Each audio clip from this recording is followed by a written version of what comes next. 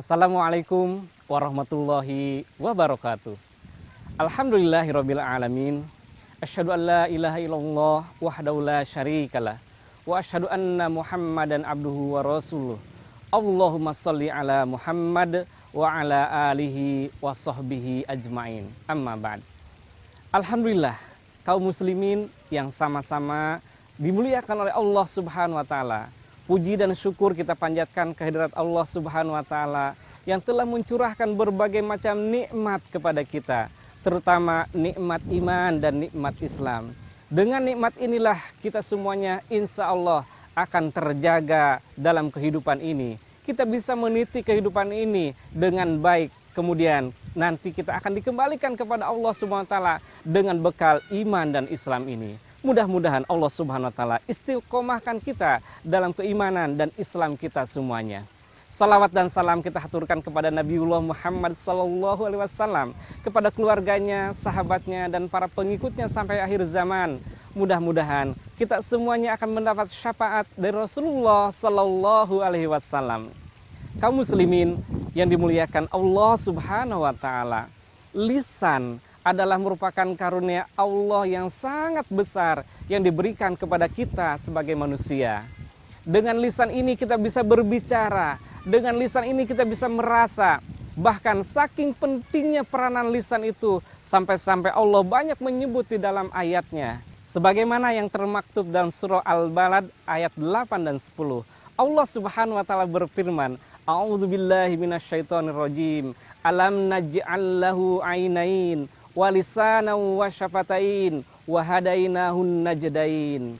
Allah telah menciptakan bagi kita semuanya dua buah mata. Allah menciptakan lidah dan dua buah bibir. Kemudian Allah Subhanahu wa taala menciptakan dua jalan bagi kita semuanya. Kaum muslimin yang sama-sama mengharapkan ridho Allah Subhanahu wa taala, dengan lisan ini kita bisa terangkat derajat kita di sisi Allah Subhanahu wa taala.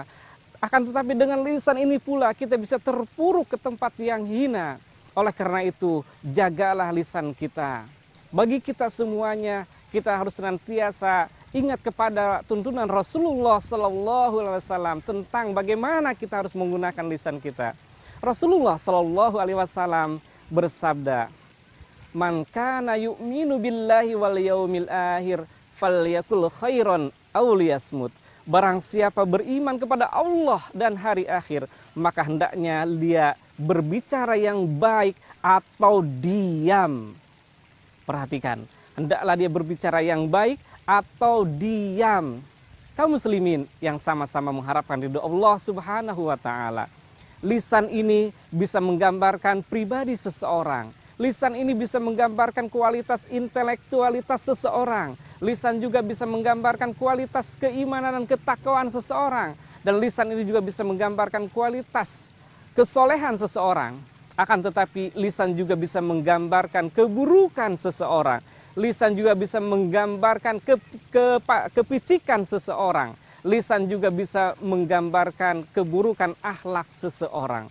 Oleh karena itu, jagalah lisan kita. Karena Rasulullah Sallallahu Alaihi Wasallam mensinyalir banyak nanti manusia yang diseret mukanya di neraka jahanam karena buah dari lisan dan mulut-mulut mereka.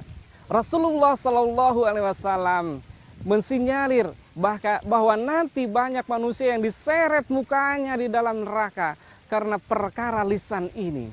Beliau bersabda, fahal yakubbun nasu finnari ala wujuhihim illa hasaida alsinatihim Tidakkah kebanyakan manusia nanti akan diseret wajahnya di dalam neraka karena buah dari lisan dan mulut-mulut mereka? Kaum muslimin yang dirahmati Allah Subhanahu wa taala, sebagai orang yang beriman, yang senantiasa terkoneksi hatinya dengan Allah Subhanahu wa taala, tentunya tidak akan membiarkan lisannya berbicara tentang sesuatu yang tidak berguna, dan juga tidak akan bicara tentang sesuatu yang akan memberikan mudarat bagi dirinya dan bagi orang lain. Lisannya akan senantiasa terbimbing. Oleh karena itu, lisan orang yang beriman pasti akan terjaga dari hal-hal yang tidak baik seperti ghibah. Karena dia sadar ketika dia menggibah seseorang, membicarakan keburukan seseorang, membicarakan aib seseorang, sesungguhnya pada saat yang sama dia sedang memakan bangkai saudaranya itu.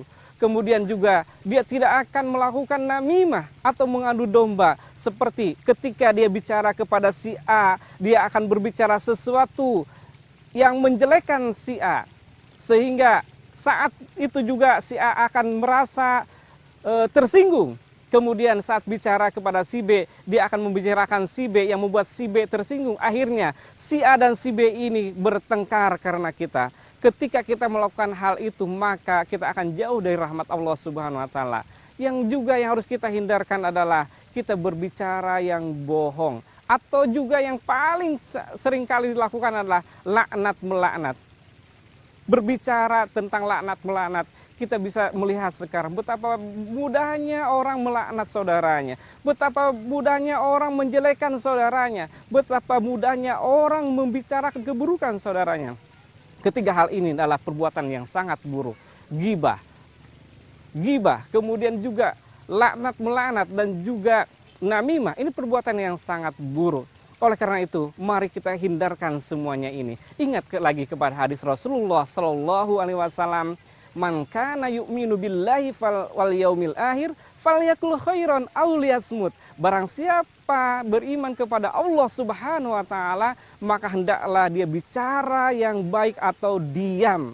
Kaum muslimin rahimakumullah, mungkin untuk berbicara baik kita akan kesulitan, akan tetapi ini bisa kita usahakan. Akan tetapi mungkin juga bagi sebagian orang berbicara buruk itu mudah. Akan tetapi ini bisa kita hindarkan. Oleh karena itu, teruslah berbicara yang baik. Jaga lisan kita agar kita bisa berbicara yang baik. Sehingga pembicaraan kita itu akan memberi manfaat bagi diri kita dan orang-orang di sekitar kita. Selain itu juga, mari kita memohon kepada Allah Subhanahu wa taala agar Allah senantiasa membimbing lisan kita sampai kita menghadap kepada Allah Subhanahu wa taala nanti. Kalimat terakhir yang kita ucapkan adalah kalimat la ilaha illallah. Dengan demikian kita berharap kita akan menjadi hamba-hamba Allah yang husnul khotimah.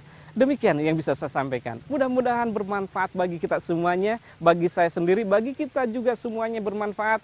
Billahi taufiq wal hidayah. Wassalamualaikum warahmatullahi wabarakatuh.